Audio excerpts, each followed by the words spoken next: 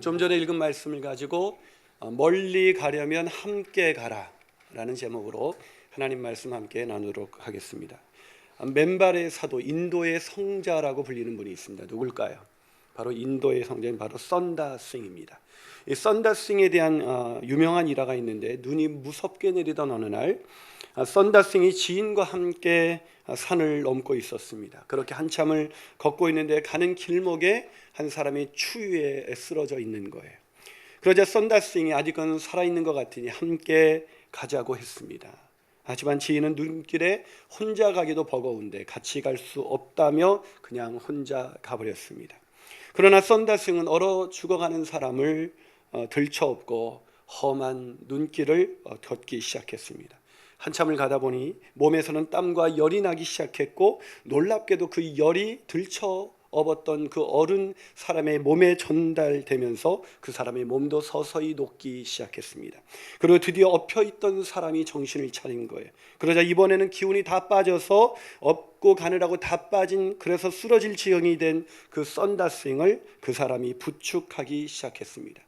두 사람은 그렇게 도우면서 계속해서 길을 걸어갈 수가 있었습니다. 그런데 한참을 가다 보니까 앞에 어떤 사람이 쓰러져 주검이 되어 있는 것입니다. 그는 다름 아닌 선다싱과 함께 길을 가다가 먼저 가버렸던 지인이었습니다. 혼자 걷다가 추위를 이기지 못하고 그만 목숨을 잃고 만 것이죠. 여러분, 20년 동안 무려 300만 명을 만난 후에 얻은 변하지 않는 승리의 원칙을 책으로 낸 분이 있습니다. 바로 멀리 가려면 함께 가라의 저자 이종선 씨입니다.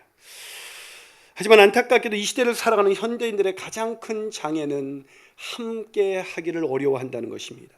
함께 하고 싶어 하면서도 막상 함께 하게 되면 함께 하는 것으로 인해서 힘들어하는 그런 사람들이 서로 함께 하지 못한 채 외로움 속에서 서서히 죽어가고 있는 것일지도 모르겠습니다.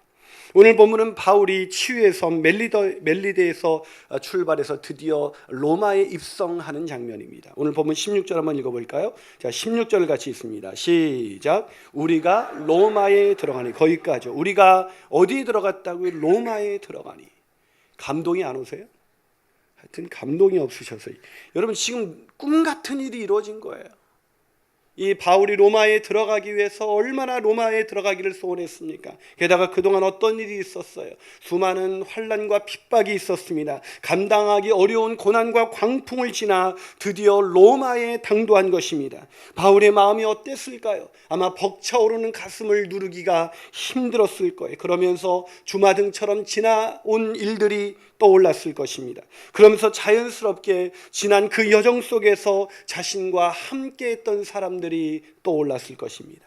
그리고 분명 마음속으로 이렇게 고백했을 거예요. 그들이 아니었다면 난 여기까지 올 수 없었을 거예요. 그렇습니다. 우리의 인생도 사실 여기까지 온 것 누군가와 나와 함께 해주었고, 내가 힘들고 어려웠을 때 내 곁에 있어 주었기 때문입니다. 사랑하는 여러분, 무슨 말입니까? 바울이, 아니 우리가 여기까지 올 수 있었던 것, 그것은 하나님의 약속의 성취였겠지만 그 여정 속에서 함께했던 수많은 사람들이 있었기에 가능했다는 것입니다. 그렇습니다. 인생은 홀로 걷는 길이 아닙니다. 인생은 함께 하는 길입니다. 아니, 인생은 함께 해야만 끝까지 걸어갈 수 있는 길인 것입니다. 그러기에 우리는 오늘 본문을 통해서 함께하는 삶의 원리를 배울 수가 있고, 아니 배워야만 하는 것입니다. 자, 그렇다면 함께하는 삶 살기 위해서 우리가 함께 붙들어야 할 함께하는 원리는 무엇일까요? 첫 번째로 힘을 주는 사람이 되어야 한다는 것입니다. 함께 살기 위해서 가장 중요한 첫 번째 원리는 힘을 주는 사람이 되어야 한다는 것입니다. 존 맥스웰이 쓴 책 중에 함께 승리하는 리더라는 책이 있습니다. 제가 여러분과 함께 이 책을 가지고 세미나를 한 적이 있었습니다. 전혀 기억이 안 나신다는 표정인데, 여러분 그 책에 이런 이야기가 있습니다. 캘리포니아 주립대 감독인 페퍼 로저스가 정말 그야말로 형편없는 성적을 낸 적이 있었습니다. 그때 아무도 이 페퍼 로저스에게 아무도 힘이 되어주지 않더래요. 심지어 자신의 사랑하는 아내도 자신에게 힘이 되어주지 않는다는 거예요. 그래서 그때 자신의 유일한 친구는 오직 자신의 애완견뿐이었다고 합니다. 그래서 자신에게 힘이 되어주지 않는 그 아내가 너무나 속상해서 아내에게 격려해 주기를 바라면서 아내에게 이렇게 말했다고 합니다. 여보, 사람이라면 적어도 친구가 둘은 있어야 하지 않겠어? 애완견 말고 아내가 적어도 당신이 나에게 친구가 되어야 되지 않는가? 이런 권면을 한 것입니다. 그러자 아내가 그 이야기를 듣더니 다음 날 개를 한 마리 더 사왔다고 합니다. 함께하는 삶의 첫 번째 원리가 무엇일까요? 그것은 바로 힘이 되어주는 것입니다. 비판하고 싸우는 사람이 아니라 힘을 주는 사람이 되는 것이죠. 그러나 이 에피소드가 우리에게 보여주는 것은 무엇입니까? 가장 가까이 있는 사람도 우리가 정말 힘이 필요할 때 힘이 되어주지는 못한다는 것입니다. 그러나 바울이 수많은 여정을 지나오는 동안 바울에게는 힘이 되어주는 사람들이 있었습니다. 그것이 바로 로마서 16장이에요. 로마서 16장 복음의 진수가 담겨져 있는 그 로마서를 마무리하면서 바울은 그 로마서 16장에서 누구의 이야기로 끝을 맺고 있습니까? 그동안 자신이 복음의 여정 가운데 있었을 때 함께 해주었던 수많은 사람들의 이야기를 기록하고 있습니다. 자, 16장 1절과 2절을 우리 한번 같이 읽어볼까요? 자, 있습니다. 시작. 내가 겐그리아 교회의 일꾼으로 있는 우리 자매 베베를 너희에게 추천하노니 너희는 주 안에서 성도들의 합당한 예절로 그를 영접하고 무엇이든지 그에게 소용되는 바를 도와줄지니 이는 그가 여러 사람과 나의 보호자가 되었습니다. 누구의 보호자요?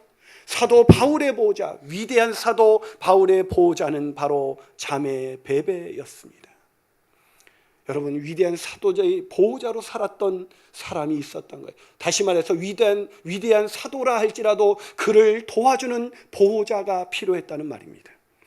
그러나 바울의 보호자만 있었던 뿐이 아닙니다. 이어서 3절과 4절을 한번 읽어볼까요? 3절과 4절입니다. 시작. 너희는 그리스도 예수 안에서 나의 동역자들인 브리스가와 아굴라에게 문안하라. 그들은 내 목숨을 위하여 자기들의 목까지도 내어놓았나니 나뿐 아니라 이방인의 모든 교회도 그들에게 감사. 자, 바울에겐 또 어떤 존재가 있었어요? 브리스가와 아굴라. 그는 바울을 위하여 목숨까지도 내놓을 수 있었던 사람. 그런 사람들이 바울과 함께 해주었기 때문에 바울이 여기까지 올 수 있었던 것입니다. 바울은 이어서 계속해서 자신과 함께 했던 수많은 사람들의 명단을 로마서 16장에서 기록하고 있습니다. 그리고 오늘 본문도 마찬가지예요. 자, 오늘 본문 15절을 우리 같이 한번 읽어볼까요? 15절입니다. 시작. 그곳 형제들이 우리 소식을 듣고 아비오 광장과 트레이스 타베르네까지 맞으러 오니 바울이 그들을 보고 하나님께 감사하고, 바울이 무슨 마음을 얻었다고요? 담대한 마음을 얻었다. 힘을 얻은 거예요. 용기를 갖게 된 거예요. 누구 때문에 힘을 갖게 됐습니까? 하나님 때문이에요? 아니요, 사람들 때문이었습니다. 하나님이 보내신 사람들 때문이었습니다. 어떤 사람은 이런 얘기하는 사람이 있을지 몰라요. 저는 하나님 한 분만으로 만족합니다. 네, 그 말은 사람이 필요 없다는 얘기가 아니에요. 여러분, 에덴 동산에서 그 완벽한 조건을 가진 동산에서 하나님과 온전한 교제를 하고 있었을 때도 하나님은 그 아담을 보고 사람이 독처하는 것이, 혼자 있는 것이 좋지 않았다고 말씀하셨습니다. 사람에게는 사람이 필요해요. 사람이 언제 힘을 얻습니까? 사람을 통해서 힘을 얻습니다. 그러기에 하나님께서는 바울이 힘들어할 때 그 힘든 여정 속에서 그에게 힘을 줄 수 있는 사람들을 보낸 거예요. 14절에 보면 이 보디올에 도착하자마자 바울을 맞으러 온 사람들이 있었습니다. 그리고 이어서 누가 왔다고요? 오늘 15절에 오니까 그들을 보고 하나님께 감사하고 담대한 마음을 얻었다. 이 그들이 어떤 사람들이에요? 로마에 있는 그리스도인들이었습니다. 그런데 그들이 지금 어디까지 와서 바울을 맞이했다고요? 보디올입니다. 아비오 광장입니다. 이 아비오 광장은 로마에서 무려 남쪽으로 70km나 떨어진 곳이었습니다.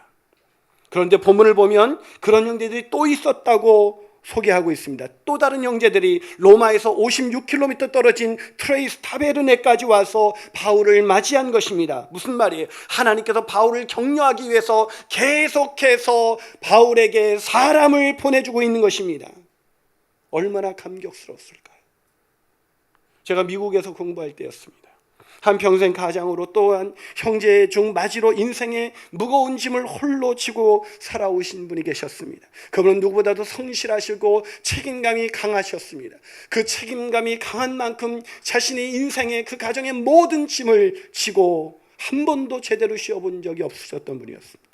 그런데 그분이 난생 처음으로 가족과 함께 뉴욕을 오시게 됐습니다. 그래서 저는 제가 살던 그 린치버그에서 뉴욕까지 북쪽으로 무려 8시간 반을 운전해서 그 뉴욕에 도착했습니다.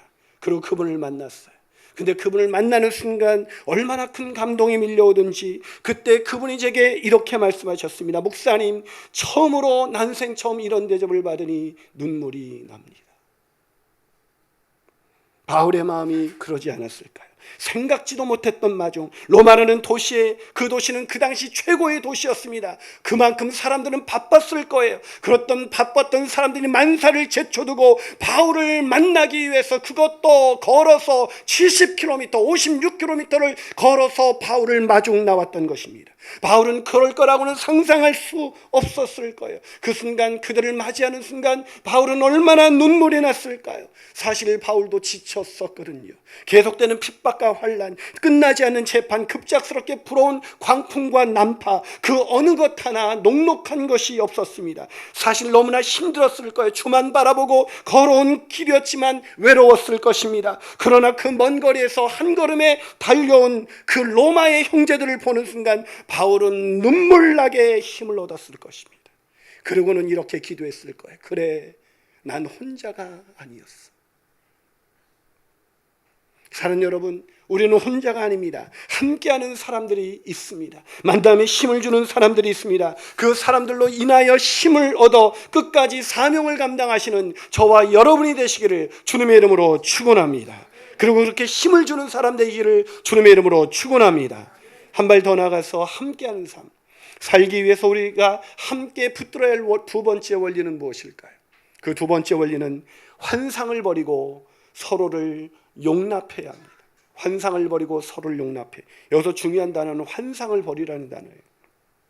이 탁월한 설교가 중에 존 오트버그라는 분이 있는데 그분이 쓴 책 중에 우리는 만나면 힘이 됩니다 라는 책이 있습니다. 책에서 존 오트버그는 우리가 함께하는 가장 중요한 원리 하나를 이렇게 소개합니다. 무엇보다도 먼저 서로에 대한 환상을 깨십시오. 우리가 함께하기 위해서 어떻게 하라고요? 먼저 환상을 깨라는 것입니다. 그러면서 그는 이렇게 말합니다. 상대방이 정상이라는 환상에 빠져 관계를 맺는다면 그것은 곧 진실을 거부하는 것이다. 끊임없이 상대방을 자신이 가진 환상에 맞게 뜯어 고치고 통제하려 들기 때문이다. 여러분은 어떠세요? 혹시 댁에 있는 배우자와 편안하게 지내고 계십니까? 여러분의 배우자와 편안하게 지내지 않고 있다면 그것은 아직도 배우자에 대한 환상을 갖고 있기 때문에 남편이 이렇게 되어야 될 텐데, 아내가 이렇게 되어야 될 텐데, 아마 아직도 그 마음을 포기하지 않았다면 그 배우자와 함께 사는 것이 결코 편하지 않을 것입니다. 늘 싸울 것입니다. 속상할 거예요. 하지만 성경은 그렇게 그 배우자 때문에 난 너무 힘들다라고 생각하는 여인네들을 향하여 잠언 25장 24절에서 이렇게 기록하고 있습니다. 한번 읽어볼까요? 같이 읽습니다. 시작. 다투는 여인과 함께 큰 집에서 사는 것보다 운막에서 혼자 사는 것이 나으니라. 할렐루야. 아멘이십니까? 예. 공감이 갖는 남성들이 참 많은 것 같아요. 근데 저는 이 말씀이 공감이 안 돼요. 공감. 우리는 다퉈본 적이 없기 때문에. 우리가 20년 가까이 살면서 다퉈본 적이 없어요. 그러니까 사람들이 거의 비정상이래요. 사랑하는 여러분, 곁에 있다고 해서 다 힘이 되는 것이 아니에요. 아니, 오히려 함께 할수록 힘들어지는 경우가 더 많아요. 왜요? 가까이 하면 할수록 남이 보지 못하는 허물과 단점이 눈에 들어오게 되잖아요. 그래서 그것을 환상을 가지고 뜯어 고치려고 하잖아요. 그런데 저는 그런 생각이 들자 저는 본문에서 가장 이해가 되지 않는 한 사람이 눈에 들어오기 시작했습니다. 오늘 본문에서 가장 이해되지 않는 한 사람, 그 사람이 누굴까요?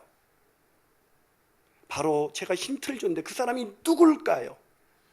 사도행전을 기록한 누가입니다. 센스가 없으셔가지고.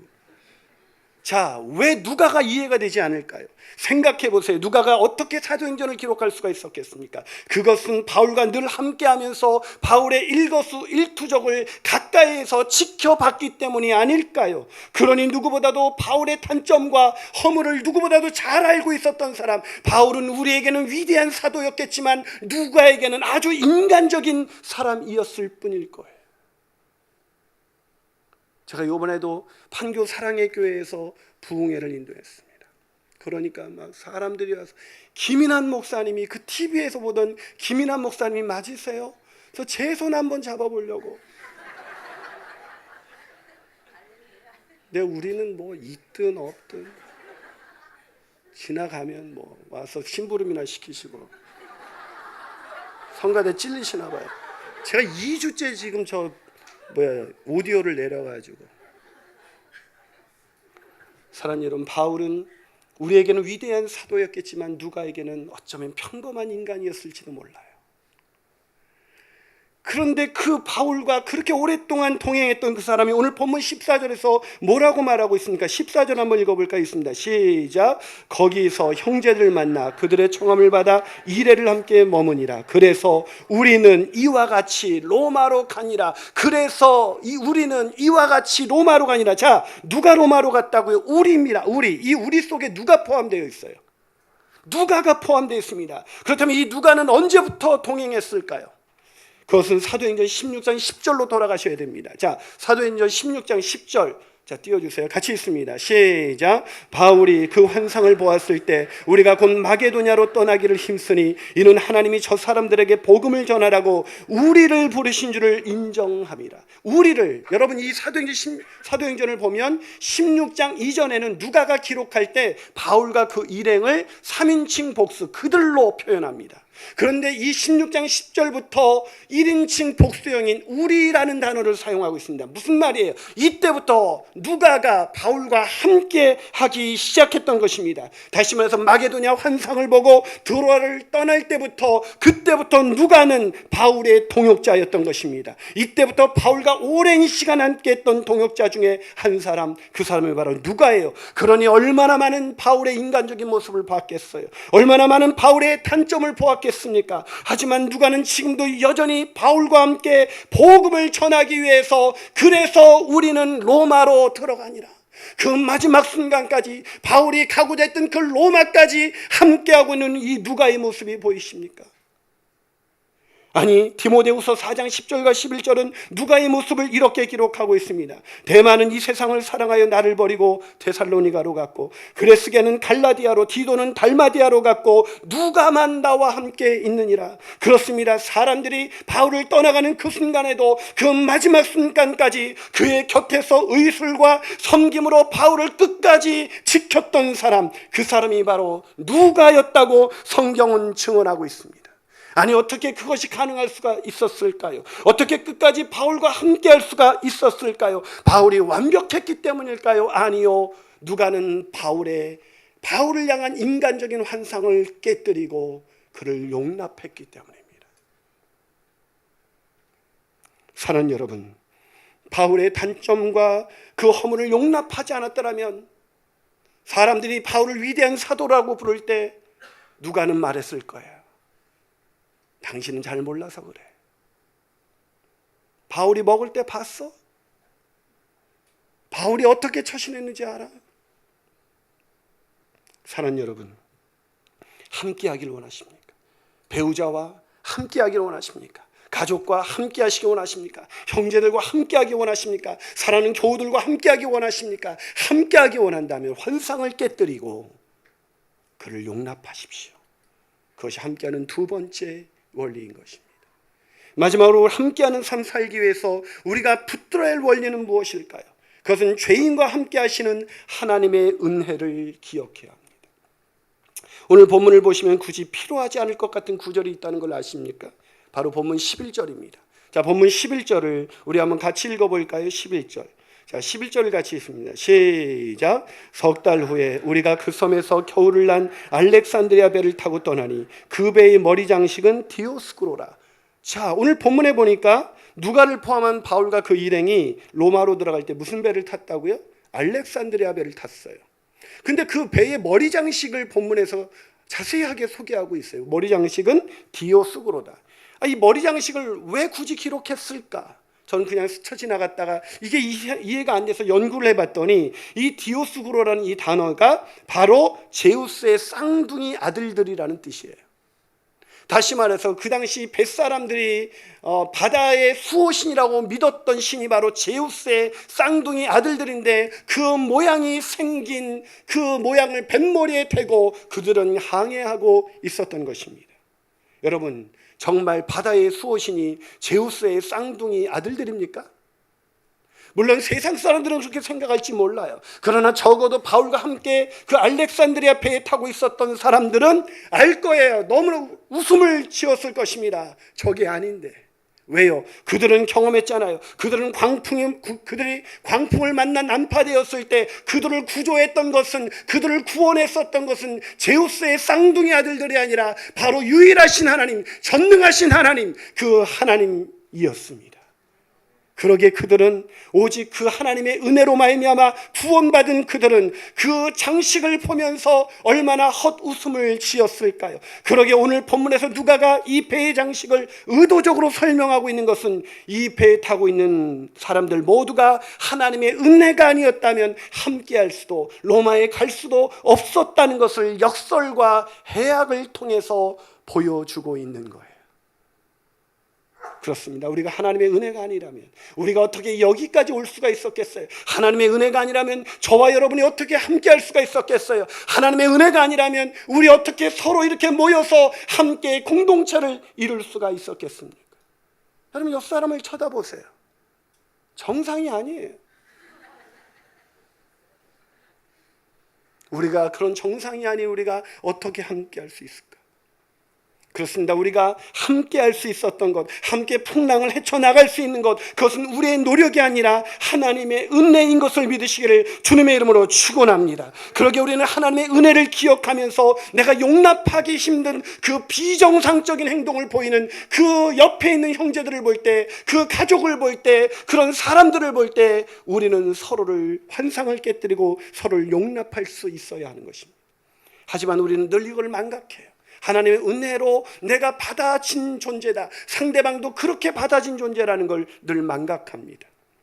영화 이보다 더 좋을 수는 없다라는 영화를 보신 적이 있습니까? 이 영화에 보면 헬렌 헌트라는 사람과 잭 니콜슨이 나오는데 그 헬렌 헌트가 잭 니콜슨에 대한 그 상반된 두 가지 감정으로 인해서 괴로워합니다. 이 니콜슨이라는 상대가 이 헬렌이 보니까 자신과 아픈 사람들을 불쌍히 여기는 그런 장점이 있어요. 그런데 단점이 있었는데 그것은 광장공포증, 강박신경증, 구제불능에 가까운 무례함이라는 그런 단점들을 소유한 사람이었기 때문입니다. 그래서 특히 무례함은 헬렌을 완전히 돌게 만들어버렸어요. 그 무례함 때문에 결국 헬렌은 어느 날 그 엄마 앞에서 폭발하면서 엄마에게 이렇게 소리를 지릅니다. 엄마, 난 그냥 정상적인 친구가 필요한 것뿐인데 그게 그렇게 어려운 일일까요? 그러자 엄마가 그 딸의 마음을 다 안다듯이 다독이면서 이렇게 말합니다. 얘야, 누구나 그런 친구를 원하지. 그러나 그런 친구는 세상에 없단다. 정상적인 사람은 없다는 거예요. 여러분이 정상이라고 생각하세요? 제가 볼 땐 완전 비정상이에요. 여러분이 볼 때 저는 정상이라고 생각하세요? 네, 완전 비정상이에요. 제가 정상이라고 생각하면 환상을 이 시간 깨뜨리기를 축복합니다. 아무도 아멘을 안 하시면.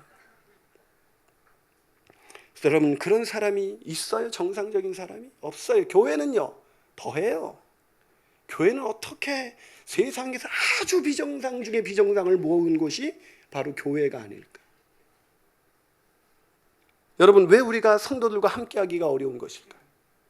그것은 정상적인 사람들이 아니기 때문입니다. 모두가 은혜 받은 죄인일 뿐이에요. 비정상이란 말을 제가 다른 말로 표현해 볼까요? 모든 사람이 죄를 범하였습니다. 모든 인간이 죄인이다. 말을 바꿔볼까요? 모든 사람이 비정상이다. 그러기에 우리가 성도 간에 교제를 할 때 반드시 전제해야 할 것이 있습니다. 그것은 바로 비정상이라는 것입니다. 그러나 우리는 거꾸로 생각합니다. 교회 다니는 사람은 뭐가 달라도 다를 거야. 교회는 다를 거야. 목사님은 다를 거야. 장로님은 다를 거야. 아니요. 그 환상을 깨뜨리십시오. 독일의 신학자 본헤퍼가 현대인들을 위한 성도의 공동생활, 성도들이 공동생활을 묘사한 책인데 그 책에서 이렇게 말합니다. 하나님의 은혜로 그와 같은 모든 환상은 곧바로 깨진다. 하나님의 은혜가 오면 오히려 우리가 서로를 향해서 기대를 걷고 더 상대방을 향한 환상을 갖는 것이 아니라 그 환상이 깨진다는 거예요. 이게 말이 돼요? 이게 무슨 말입니까? 은혜가 뭐예요? 은혜가 우리에게 무엇을 가르쳐주고 있습니까? 그것은 하나님의 은혜가 아니면 구원받을 수 없는 망가진 존재라는 것을 하나님의 은혜는 우리에게 가르쳐주고 있는 것입니다. 그러기에 우리는 하나님의 은혜 가운데 머물 때 비로소 서로에 대한 환상은 물론 자기 자신에 대한 환상마저 깨뜨리고 서로를 용납할 수 있는 진정한 공동체가 될 수 있다는 것입니다. 다시 말해서 그 은혜에서 벗어나게 될 때, 그 은혜를 망각하게 될 때 우리는 상대방은 물론 자기 자신에 대한 환상을 갖고 공동체를 파괴하고 만다는 것입니다. 그래서 보네퍼는 그의 책에서 계속해서 이렇게 말합니다. 이런 환상은 빨리 깨질수록 개인과 공동체 모두에게 유익하다. 크리스천 공동체의 실제 모습이 아닌 자기만의 환상을 더 선호하는 사람은 아무리 자신의 의도가 정직하고 진실하고 헌신적이라 할지라도 결국에는 크리스천 공동체를 파괴하고 만다. 누가 크리스천 공동체를 파괴한다고요? 또 환상을 가지고 있는 사람, 그 환상을 자신만의 환상을 가지고 그것이 더 중요하기 때문에 그 의도가 아무리 정직하고 진실하고 그렇게 헌신적이라 할지라도 그 사람은 공동체를 깨뜨립니다. 왜요? 환상이 있기 때문에 늘 이런 말을 합니다. 저 사람 왜 저래? 목사님 왜 저래? 장로님이 왜 저래? 계속해서 부정적인 이야기가 그 입속에서 떠나지 않습니다. 여러분 부부관계에서 환상을 가져보십시오. 그럼 자꾸 이런 질문만 나올 거예요. 우리 남편은 왜 그런지 몰라. 환상을 깨뜨리지 않는 한 공동체는 존재하지 않습니다. 환상을 깨뜨려야 용납할 수 있습니다. 왜요? 비정상이니까요. 망가져 있으니까요. 사랑하는 여러분, 크리스천 공동체가 된다는 것은 비정상적인 사람들끼리 하나님의 은혜로 모여서 그 은혜 때문에 서로를 용납하는 존재가 되는 것. 그게 크리스천 공동체인 거예요. 존 맥스웰이 함께 승리하는 리더라는 책에서 전우가 함께 들어갈 큰 참호를 팔아라는 부분에 이런 이야기가 나와 있습니다. 갓 5살짜리 어린아이 트레이시라는 아이가 아빠에게 친구 집에 놀러 가겠다고 요청을 합니다. 그러자 아빠가 6시까지 돌아올 것을 전제한 뒤 아이에게 허락을 해줘요. 근데 6시가 됐는데도 애가 들어오지 않는 거예요. 5살짜리 아이가 나갔으니까 아빠가 얼마나 걱정이 됐겠습니까? 결국 25분이 지나서야 아이가 문에 들어서자마자 아빠는 화가 나기 시작했어요. 근데 화를 겨우 억누르고 약속을 어긴 아이에게 이렇게 말했습니다. 얘야, 왜 늦었니? 그러자 이 아이가 아빠, 늦어서 미안해. 하지만 내가 막 집에 가려고 할 때 내 친구 인형이 부서졌어. 그러자 아빠는 이해가 간다는 듯이 끄덕거리면서 그랬구나. 친구 인형 고쳐주느라고 늦었니? 그러자 아이는 설레설레 고개를 젓더니 이렇게 말했습니다. 아니 아빠, 친구와 같이 우느라고 늦었어. 사랑하는 여러분, 함께 한다는 것은 상대방을 고치는 것을 의미하는 것이 아닙니다. 함께 한다는 것은 누군가의 문제를 해결해 주는 것도 아닙니다. 왜? 우리에겐 그런 능력이 없으니까요. 우리가 누군가와 사랑하는 가족과 사랑하는 친구와 사랑하는 교인과 사랑하는 목회자와 함께 한다는 것, 그것은 같이 우는 것입니다. 서로에 대한 환상을 깨뜨리고 서로를 향해서 그런 비정상적인 그 모습으로 인해서 스스로 힘들어할 그 사람을 불쌍히 여기면서 함께하는 것, 그게 교회입니다. 서로 비정상인적인 남녀가 만나서 서로를 불쌍히 여기면서 함께하는 것, 그게 가정입니다. 사랑하는 여러분, 멀리 가려면 함께해야 합니다. 그러려면 오늘 비정상적인 나를 받으신 하나님의 그 놀라우신 은혜, 그 은혜로 인해서 상대방을 용납하고 상대방에게 힘을 주는 사람, 그런 사람 되는 것입니다. 그런 사람이 되시기를 주님의 이름으로 축복합니다. 우리 함께 할까요? 기도하시겠습니다.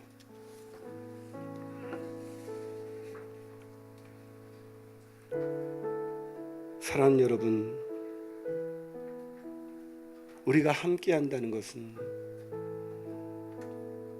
누군가의 문제를 해결해 주는 것을 의미하지 않습니다. 함께 한다는 것은 누군가를 내가 가진 환상의 그림대로 그를 바꾸기 위해서 조언을 주는 것을 의미하지 않습니다. 함께 하는 것은, 그것은 나와 죄와 허물로 망가진 그런 나를 구원하시기 위해서, 그런 나와 함께 하시기 위해서 성육신하신 그 하나님의 놀라우신 은혜, 그 은혜를 나누어 주는 것입니다. 그 은혜를 기억하면서 오늘 나를 힘들게 하는 삶, 그래서 내가 나와 달라서 내가 가진 환상대로 움직여주지 않아서 수근수근대고 비방하고 왕따시키고 째려보고 비난했던 그 잘못을 회개하면서 나를 여전히 은혜로 받아주신 하나님의 은혜 속에 들어가기를 원합니다. 우리 이 찬양 부르면서 나갈까요? 시작된 내, 우리 주님의 능력이 나의 삶을 다스리고 내 삶을 새롭게 하네. 찬양하시겠습니다.